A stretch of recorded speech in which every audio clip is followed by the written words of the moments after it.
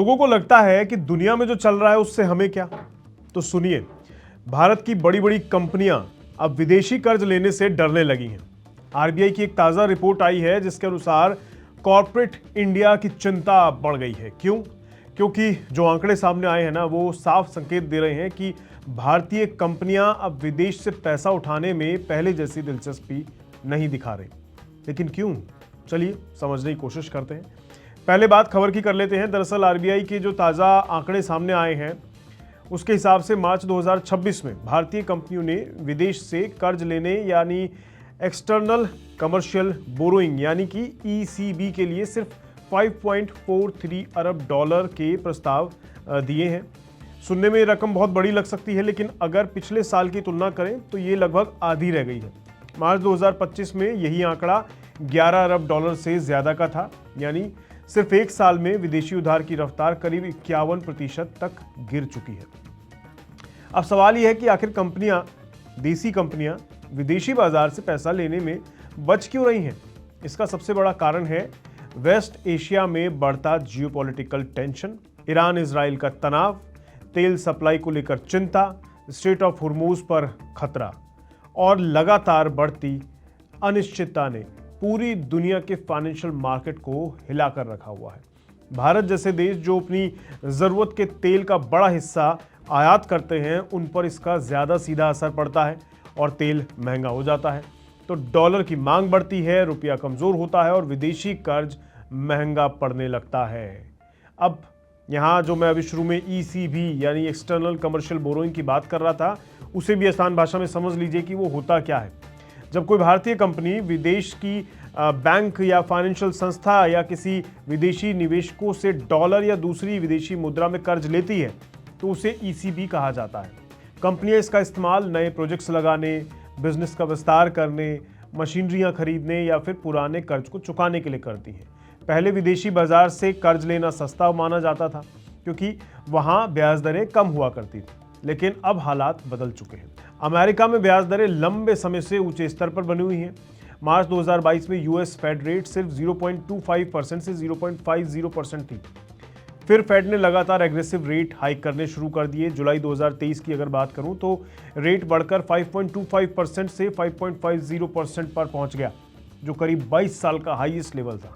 हालांकि 2026 में ये दर थोड़ी कम हुई है और 3.5 से 3.75 के बीच बनी हुई है, जो 2023 के मुकाबले कम है, लेकिन 2022 के मुकाबले अब भी बहुत ज़्यादा है। इसके अलावा यूएस ट्रेजरी बॉन्ड यील्ड बढ़ चुकी है और इसके कारण दुनिया भर में डॉलर आधारित कर्ज महंगा हो गया है। दूसरी तरफ रुपया भी दबाव में है। अगर कोई भारतीय कंपनी डॉलर में कर्ज लेती है और बाद में रुपया कमज़ोर हो जाता है तो उसे ज़्यादा पैसा चुकाना पड़ता है, यानी कंपनियों के लिए दोहरी मार पड़ रही है। ब्याज भी ज़्यादा है और करेंसी रिस्क भी ज़्यादा हो गया है। यही वजह है कि अब कई भारतीय कंपनियां विदेशी कर्ज लेने की बजाय घरेलू बाजार से फंड जुटाने को ज्यादा सुरक्षित मान रही हैं। आरबीआई की रिपोर्ट के मुताबिक मार्च 2026 में नई परियोजनाओं के लिए सिर्फ 19 प्रस्ताव आए हैं, जिनकी कुल वैल्यू करीब 1.14 अरब डॉलर बताई गई है, जबकि बड़ी रकम पुराने कर्ज को रिफाइनेंस करने के लिए इस्तेमाल करने की योजना बनी है। यानी कंपनियां नए एक्सपेंशन पर एग्रेसिव दाव लगाने की बजाय पुराने लोन को मैनेज करने पर ज्यादा ध्यान दे रही हैं। हालांकि कुछ बड़ी कंपनियों ने अभी भी विदेशी कर्ज जुटाने के प्रस्ताव दिए हैं। उदाहरण के लिए राजस्थान पार्ट 1 ट्रांसमिशन ने 75 करोड़ डॉलर जुटाने की योजना पेश की है। इसी तरह अडानी ट्रांसमिशन स्टेप 1 ने पुराने कर्ज को चुकाने के लिए 50 करोड़ डॉलर जुटाने का प्रस्ताव रखा है। वहीं आईआईएफएल फाइनेंस, आईआरएफसी और बजाज फाइनेंस जैसी कंपनियों ने भी विदेशी फंड जुटाने की योजना बनाई है, लेकिन कुल मिलाकर माहौल पहले जैसा आक्रामक नहीं रह गया है। अब यहाँ एक और बड़ा सवाल उठता है, क्या इसका असर भारत की इकॉनमी पर भी पड़ता है? जवाब है हाँ। अगर ये ट्रेंड लंबे समय तक जारी रहता है तो असर दिख सकता है, क्योंकि जब कंपनियां कम निवेश करेंगी तो नए प्रोजेक्ट धीमे हो जाएंगे, तो रोजगार, इंफ्रास्ट्रक्चर, ग्रोथ, कैपेक्स पर असर पड़ता है। भारत अभी दुनिया की सबसे तेजी से बढ़ती बड़ी अर्थव्यवस्थाओं में से एक है और बना हुआ भी है, लेकिन ग्रोथ को बनाए रखने के लिए प्राइवेट सेक्टर इन्वेस्टमेंट बहुत ज़रूरी होता है। भारत सरकार और आरबीआई लगातार कैपेक्स बढ़ाने की बात तो कर रहे हैं, लेकिन अगर कंपनियां ग्लोबल अनसर्टेनिटी के कारण निवेश से बचने लगेंगी तो ग्रोथ मोमेंटम प्रभावित हो सकता है। अब समझिए करंट अकाउंट डेफिसिट का खेल क्या कहता है। भारत कच्चा तेल बड़ी मात्रा में आयात करता है। अगर तेल महंगा होता है तो इंपोर्ट बिल बढ़ जाता है। इससे डॉलर की मांग बढ़ती है और रुपया कमजोर हो जाता है। कमजोर रुपया विदेशी कर्ज को और महंगा बना देता है, यानी पूरा सिस्टम एक दूसरे से जुड़ा हुआ है। और यही कारण है कि वेस्ट एशिया में होने वाली घटनाओं पर भारत की नजर हमेशा बनी रहती है। लेकिन कहानी का दूसरा पहलू भी मौजूद है। आरबीआई ने कंपनियों को राहत देने के लिए ईसीबी नियमों में कुछ ढील दी है ताकि थोड़ा सस्टेनेबल चीज़ें बनी रहें।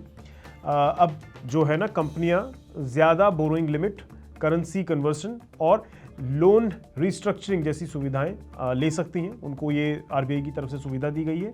यहाँ तक कि इंसॉल्वेंसी या रिस्ट्रक्चरिंग से गुजर रही कंपनियों को भी विदेशी कर्ज जुटाने की अनुमति दी गई है। यानी आरबीआई कोशिश कर रहा है कि कंपनियों को लिक्विडिटी की दिक्कत ना हो। इसके बावजूद कंपनियां फिलहाल वेट एंड वॉच मोड में नजर आ रही हैं, क्योंकि जियोपॉलिटिकल रिस्क अभी खत्म नहीं हुआ है। अगर वेस्ट एशिया क्राइसिस और बढ़ता है तो तेल की कीमतें लंबे समय तक ऊंची रह सकती हैं, तो विदेशी उधारी और महंगी हो सकती है। ऐसे में कंपनियां पहले रिस्क को समझना चाहती हैं, फिर बड़ा फैसला लेना चाहती हैं। अब यहां आम निवेशकों के लिए सबसे ज़रूरी बात क्या है? देखिए, विदेशी कर्ज में गिरावट का मतलब हमेशा इकोनॉमिक क्राइसिस नहीं होता है। कई बार कंपनियां जानबूझकर रिस्क कम करने के लिए विदेशी उधारी घटा देती हैं, लेकिन अगर लंबे समय तक कॉर्पोरेट बोरोइंग कमज़ोर रहती है तो इसका असर ग्रोथ और मार्केट सेंटिमेंट्स पर ज़रूर पड़ता है। तो कुल मिलाकर आरबीआई की रिपोर्ट ये संकेत दे रही है कि कॉर्पोरेट इंडिया फिलहाल सावधानी से कदम बढ़ा रहा है। विदेशी कर्ज लेने की रफ्तार धीमी हुई है। कंपनियां एक्सपेंशन से ज़्यादा रिस्क मैनेजमेंट पर ध्यान दे रही हैं और वेस्ट एशिया क्राइसिस का असर अब सिर्फ तेल बाजार तक सीमित नहीं रहा है, बल्कि भारत की कंपनियों की रणनीति तक पहुंच चुका है। आपका इस मुद्दे पर क्या कहना है? कमेंट बॉक्स में ज़रूर बताइएगा। आज के लिए इतना ही, दीजिए इजाज़त। नमस्कार।